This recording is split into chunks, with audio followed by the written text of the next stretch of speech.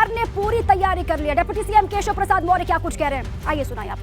जो निवेश के लिए निवेश का प्रस्ताव, ग्लोबल इन्वेस्टर समिट में जो निवेश के प्रस्ताव आए हैं, उस प्रस्ताव को बल प्रदान करने वाला होगा।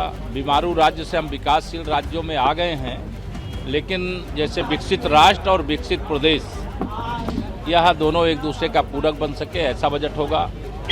उत्तर प्रदेश की 25 करोड़ जनता को खुश करने वाला और हमारे विपक्षी मित्रों को निराश करने वाला बजट क्या है। संकल्प पत्र की कुछ बातें इसमें बजट में देखने को मिलेंगी? संकल्प पत्र इसीलिए बनाया जाता है चुनाव से पहले कि हम अपनी सरकार बनाएंगे, तो उन संकल्पों को, काफ़ी संकल्प पत्र में किए गए वादों को हम लोग पूरा कर चुके हैं, और जो बाकी उनमें से भी हम अधिकतम चीज़ें लेकर आ रहे हैं। विपक्ष का आरोप है कि पिछली बार का जो बजट है अब तक वो पूरी तरह से यूज नहीं हुआ। उनको जरा बताना कि अभी 31 मार्च से पहले इस प्रकार की बातें करना कि बजट का पूरा यूटिलाइजेशन नहीं हुआ है, यह मतलब गैर जानकारी के वह ऐसी बातें कर रहे हैं। और दूसरा, उनसे यह भी पूछना, जब वह सरकार चलाते थे तो वह फरवरी के महीने में 22 तारीख तक कितना खर्च कर पाते थे, उनका इतिहास हमारे पास है।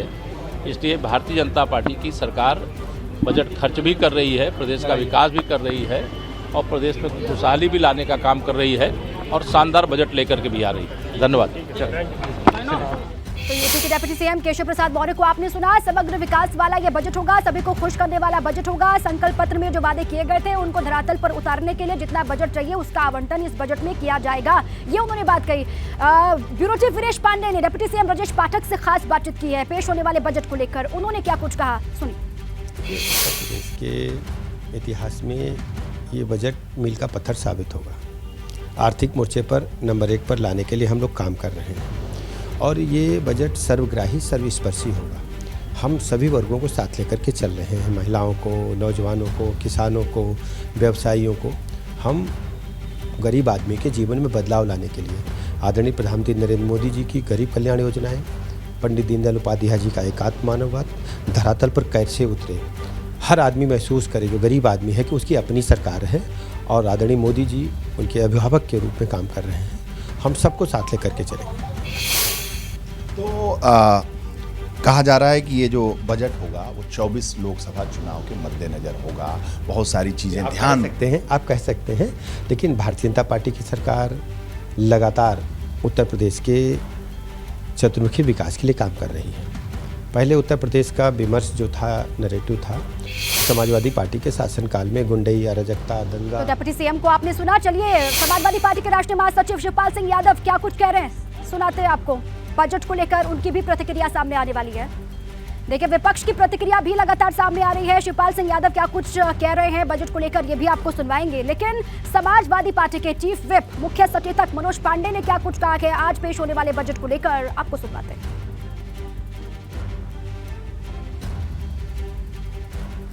% खर्च हुआ हो, किसी में 30, किसी में 40, किसी में 50, आकार दिखा करके, और उसके सापेक्ष अगर व्यय नहीं हो रहा जो जमीन पर होना है, तो ये अपने आप में साबित होता है कि केवल सरकार मीडिया में और जनता में ये संदेश देने के लिए कि साहब हमारा इतने लाख करोड़ का बजट है, लेकिन वास्तविकता क्या है? वास्तविकता ये है कि आप 1 लाख करोड़ की बात कर रहे हैं कि 1 लाख करोड़ इस विभाग को देंगे, लेकिन जमीन पे धरातल पे काम हो रहा है वहाँ पर 20 लाख करोड़ रुपए का।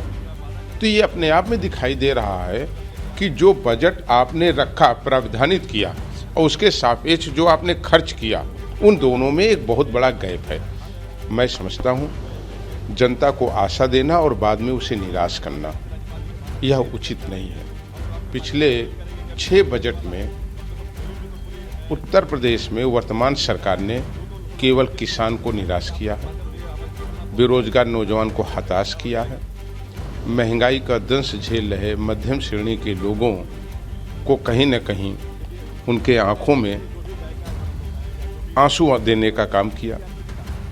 और मैं समझता हूं कि जो आकांक्षाएं थी लोगों को इस सरकार से, जो अपेक्षाएं थी, उस पे आज जनता चलिए, बजट को लेकर सीएम योगी की तस्वीरें आ रही हैं, आपको सुनवाते हैं। सीएम योगी की तस्वीरें आनी शुरू हो गई है, विधानसभा सीएम पहुंच रहे हैं, उनका काफिला पहुंच गया। ये देखिए, आप तस्वीर आपको दिखा रहे हैं। और अब थोड़ी देर बाद ठीक 11 बजे जो बजट है वो पेश होगा। वित्त मंत्री सुरेश खन्ना भी साथ में मौजूद हैं। आप देखिए वित्त मंत्री साथ में ही आए हैं क्योंकि कैबिनेट बैठक हुई, मुख्यमंत्री है सामने, वित्त मंत्री सुरेश खन्ना, और यहाँ पर आप देखिए ये पहुंचे हैं सुरेश खन्ना, वित्त मंत्री भी कैबिनेट बैठक से सीधे यहीं पर आए। हाथ में वो टैबलेट भी है, जिस टैबलेट से देखिए मुख्यमंत्री ने विक्ट्री का साइन भी दिखा दिया है। और आप ये देखिए वित्त मंत्री इस वक्त उस टैबलेट को दिखाते हुए मुख्यमंत्री विक्ट्री का साइन दिखा रहे हैं। और आज जो बजट है बहुत महत्वपूर्ण बजट है क्योंकि कहा जा रहा है कि इसका 7 लाख करोड़ का आकार हो सकता है। और बजट पेश होने से पहले ये कैबिनेट बैठक हुई है मुख्यमंत्री आवास पर। देखिए मुख्यमंत्री मुस्कुराते हुए भीतर जा रहे हैं, सुरेश खन्ना भी हाथ में टैबलेट लेकर, साथ में बहुत सारे कागज हैं क्योंकि सारा कुछ अगर हम कहें तो उसी टैबलेट में है।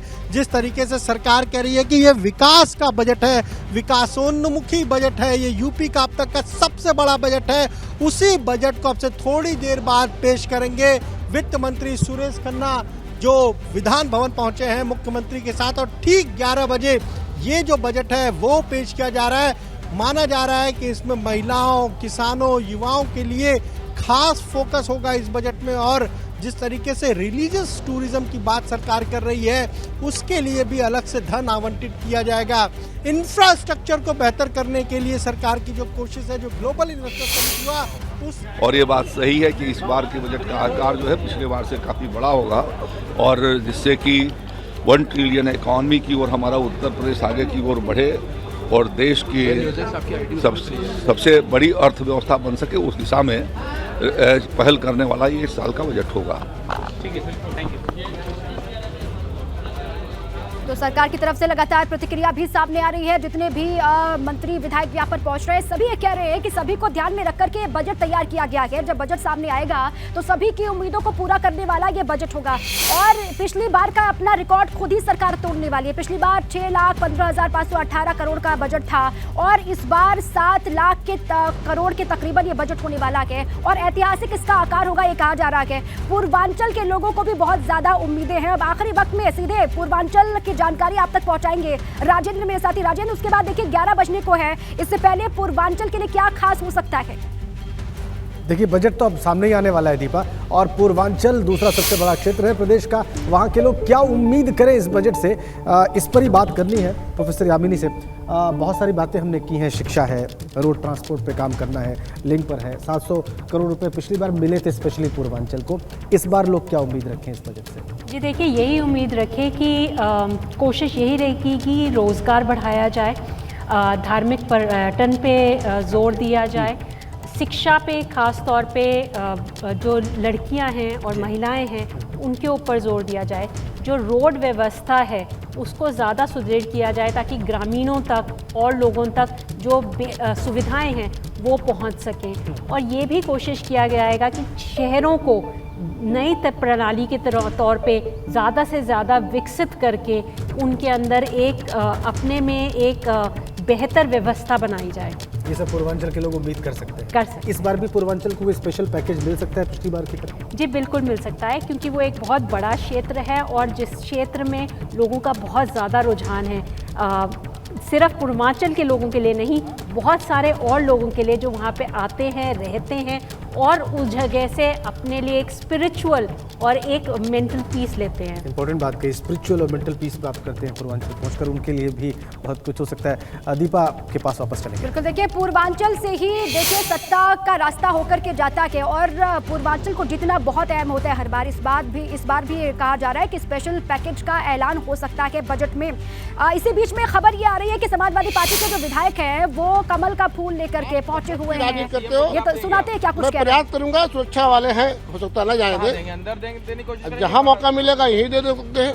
अच्छा, और अलग और हम मोहब्बत की राजनीति करने आए हैं और नफरत की राजनीति को खत्म करने में आया हूँ। मैं बाबा से दरखास्त करूँगा। तो सुना आपने, साइकिल से ये पहुंच रहे विधान भवन और लाल टोपी साथ में फूल को लेकर के पहुंचे हैं।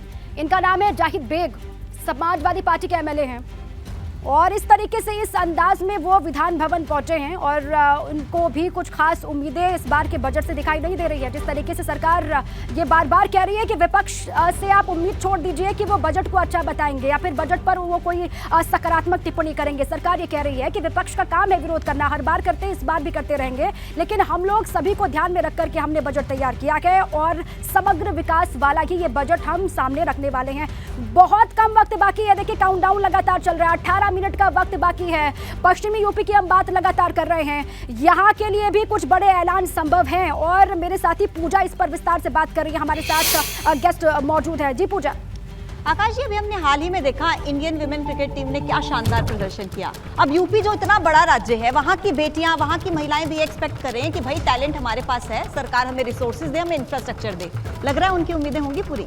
बिल्कुल, बहुत अच्छा आपने प्रश्न पूछा। मेरे हिसाब से बेटियों के लिए बहुत कुछ होने की उम्मीद है। सबसे पहले तो as you have rightly said, sports में हमारी बेटियों ने जो है क्रिकेट में बहुत अच्छा परफॉर्मेंस किया है, तो स्पोर्ट्स में बेटियों के लिए काफ़ी एलोकेशन आने की उम्मीद है। दूसरा जो एक मेजर एलोकेशन मैं उम्मीद कर रहा हूँ, एजुकेशन, जो हायर एजुकेशन है 11th-12th, वहाँ बेटियों के लिए इस बार काफ़ी एलोकेशन आने की उम्मीद है और खासकर वो एजुकेशन होने वाली है प्रोफेशनल एजुकेशन। ऐसी मुझे संभावना लगता है शायद +1 +2 में 11th-12th में मात्र ये ना हो कि आप नॉर्मल सब्जेक्ट्स पढ़ें, उनके लिए कोर्सेज आए कि आप बेकर का कोर्स कीजिए, कुलिनरी एक्सपर्ट का कोर्स कीजिए, आप जो है हेयर ड्रेसर का कोर्स कीजिए, ब्यूटिशियन का कोर्स कीजिए, ताकि जो हमारी बेटियां हैं यूपी की, वो भी यूपी की इकोनॉमी और अपने घर की इकोनॉमी दोनों के अंदर ऐड करें। अगर ये हो जाता है तो यूपी की इकोनॉमी बढ़ेगी, यूपी के घरों की इकोनॉमी बढ़ेगी और हमारी बेटियां भी जो है कमाऊ पूत बनकर या कमाऊ बिटिया बनकर ऐड करेंगी। साहब ये कह रहे हैं कि कुछ बड़े ऐलान भी हो सकते हैं महिलाओं को सशक्त करने के लिए, स्पोर्ट्स स्तर पर भी, स्पोर्ट्स के सेक्टर में भी कुछ बड़े ऐलान संभव है, लेकिन आपको सुनाते हैं, रिएक्शन सामने आ रहा है, क्या कुछ कहा जा रहा है? सर्वग्राही होगा, सर्वस्पर्शी होगा, महिलाओं को, नौजवानों को, किसानों को, व्यापारियों को, हम सर्व समाज को लेकर के चलेंगे। आदरणीय प्रधानमंत्री नरेंद्र मोदी जी के मार्गदर्शन में गरीब कल्याण योजनाओं को जन जन तक पहुंचाएंगे। पंडित दीनदयाल उपाध्याय जी के एकात्म मानववाद के सिद्धांत को नीचे तक उतारेंगे और ये महसूस होगा आम आदमी को, गरीब आदमी को, कि उसका अपना बजट है, उसके जीवन स्तर में बदलाव लाने के लिए हमारी सरकार काम करेगी। विपक्ष पूरी तरह से संजय जी डिरेल्ड है। अपने शासनकाल में अराजकता, गुंडई, प्लाट मकान दुकान कब्जा करना, दंगा कराना, इसके सिवाय उनका कोई काम नहीं था। प्रदेश की जनता इन्हें कभी माफ नहीं करेगी। डिप्टी सीएम को आपने सुना कि विपक्ष तो लगातार विरोध कर रहा है, लेकिन सभी को, आम लोगों को ध्यान में रखकर के बजट लाया जा रहा है। केशव प्रसाद मौर्य से बात करें मेरे साथी अनुभव शुक्ला, वो क्या कुछ कह रहे हैं, सुनिए जरा। विपक्षी मित्रों की आपने बात की, अखिलेश यादव ने ट्वीट किया है कि यूपी में काबा, यूपी में झूठा मुकदमा बा, भ्रष्टाचार बा, इस तरीके से ट्वीट कर रहे हैं। मैं तो यही चाहूँगा अखिलेश जी को अगर गाना गाने में रुचि है तो गाना गाँव, राजनीति छोड़ें। जिस तरीके से कहा जा रहा है $1 ट्रिलियन इकोनॉमी बनेगा उत्तर प्रदेश, ये बजट बहुत सहायक होगा। निश्चित तौर से यह बजट ऐतिहासिक बजट है, प्रभावी बजट है और सभी विषयों को ध्यान में रखा गया है, चाहे वो गरीब हो, चाहे किसान हो, चाहे मजदूर हो और चाहे नौजवान हो, चाहे महिलाओं के सशक्तिकरण का विषय हो, चाहे निवेश के जो प्रस्ताव आए हैं उसको आगे बढ़ाने का विषय हो, चाहे उत्तर प्रदेश में रोजगार सृजन की दृष्टि से विषय हो, चाहे उत्तर प्रदेश की सुरक्षा व्यवस्था से जुड़ा हुआ विषय हो, यानी कोई ऐसा सेक्टर नहीं है जिस सेक्टर का ध्यान नहीं दिया गया और डबल इंजन सरकार। तो सभी ये कह रहे हैं कि सभी को ध्यान में रखकर के बजट हम लेकर के आ रहे हैं और देखिए 2014, 17, 19, 22 में बम्पर वोट युवाओं ने, किसानों ने, महिलाओं ने बीजेपी को किया कि अब क्या उन लोगों की जो उम्मीदें हैं वो पूरी होने वाली है। आज के इस बजट से जो घोषणाएं पहले हुई हैं उनको धरातल पर उतारने के लिए और धनराशि आवंटित की जाएगी क्या, इस पर भी लगातार हमारी नजर है। बजट पर बात हम लगातार कर रहे हैं, सिर्फ 10 मिनट का वक्त बाकी रह गया है। देखिए ठीक 11 बजे बजट पेश होगा, 10:50 का वक्त हो चुका है और 11 बजे बजट आपके सामने होगा। पूरी तैयारी और विधानसभा में सभी की मौजूदगी, आपने देखा किस तरीके से वित्त मंत्री वहां पर पहुंचे विक्ट्री का साइन दिखाते हुए। और ये दो तस्वीर आपको दिखा रहे हैं, एक काफिला, ये अखिलेश यादव का काफिला ये बताया जा रहा है, ऊपर का वो घर से निकले हुए हैं विधान भवन के लिए, उनकी तस्वीर सामने आ रही है। और दूसरी वो तस्वीर देख रहे हैं जब सीएम योगी पहुंचे पंकज निगम के साथ विवेक त्रिपाठी और वित्त मंत्री सुरेश खन्ना पहुंचे विधान भवन, उसी वक्त की तस्वीर है। विक्ट्री का साइन दिखाते हुए उन्होंने ये इशारा किया कि देखिए विकास वाला ये बजट है, ग्रोथ इंजन यूपी को बना चुके हैं। ये बार बार सरकार कहती आ रही है कि ग्रोथ इंजन बन चुका है उत्तर प्रदेश और विकास की गति को रफ्तार देने के लिए आज के इस बजट में क्या होगा नजर। दोनों मिलकर के कम से कम विपक्ष को और उत्तर प्रदेश की जनता को ये बताएंगे कि $1 ट्रिलियन इकोनॉमी के लिए उन्होंने क्या क्या कदम उठाए हैं। कहीं ऐसा तो नहीं है कदम जो उठाने के लिए उन्होंने जो इंटरनेशनल कोई एक सलाहकार या कंपनी को हायर किया है, कहीं ऐसा तो नहीं कि कंपनी के सुझाव ऐसे हों कि आपके अगले 4 साल में $1 ट्रिलियन की इकोनॉमी ही ना हो पाए पूरी। 2024 का बजट है ये। देखिए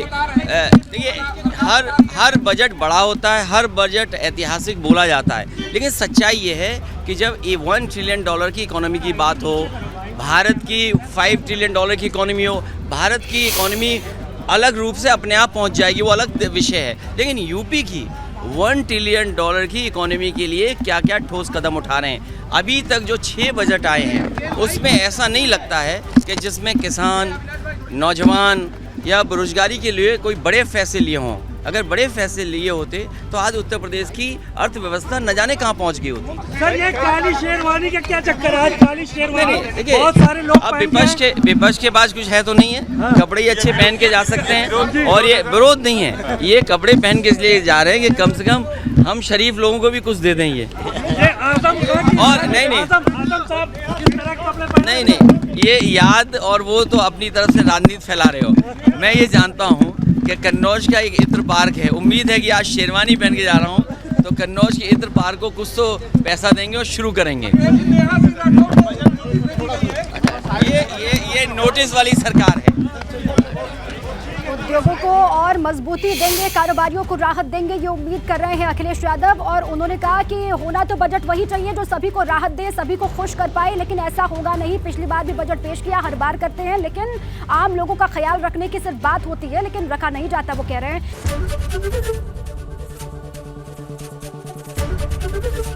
एबीपी गंगा, खबर आपकी, जुबान आपकी।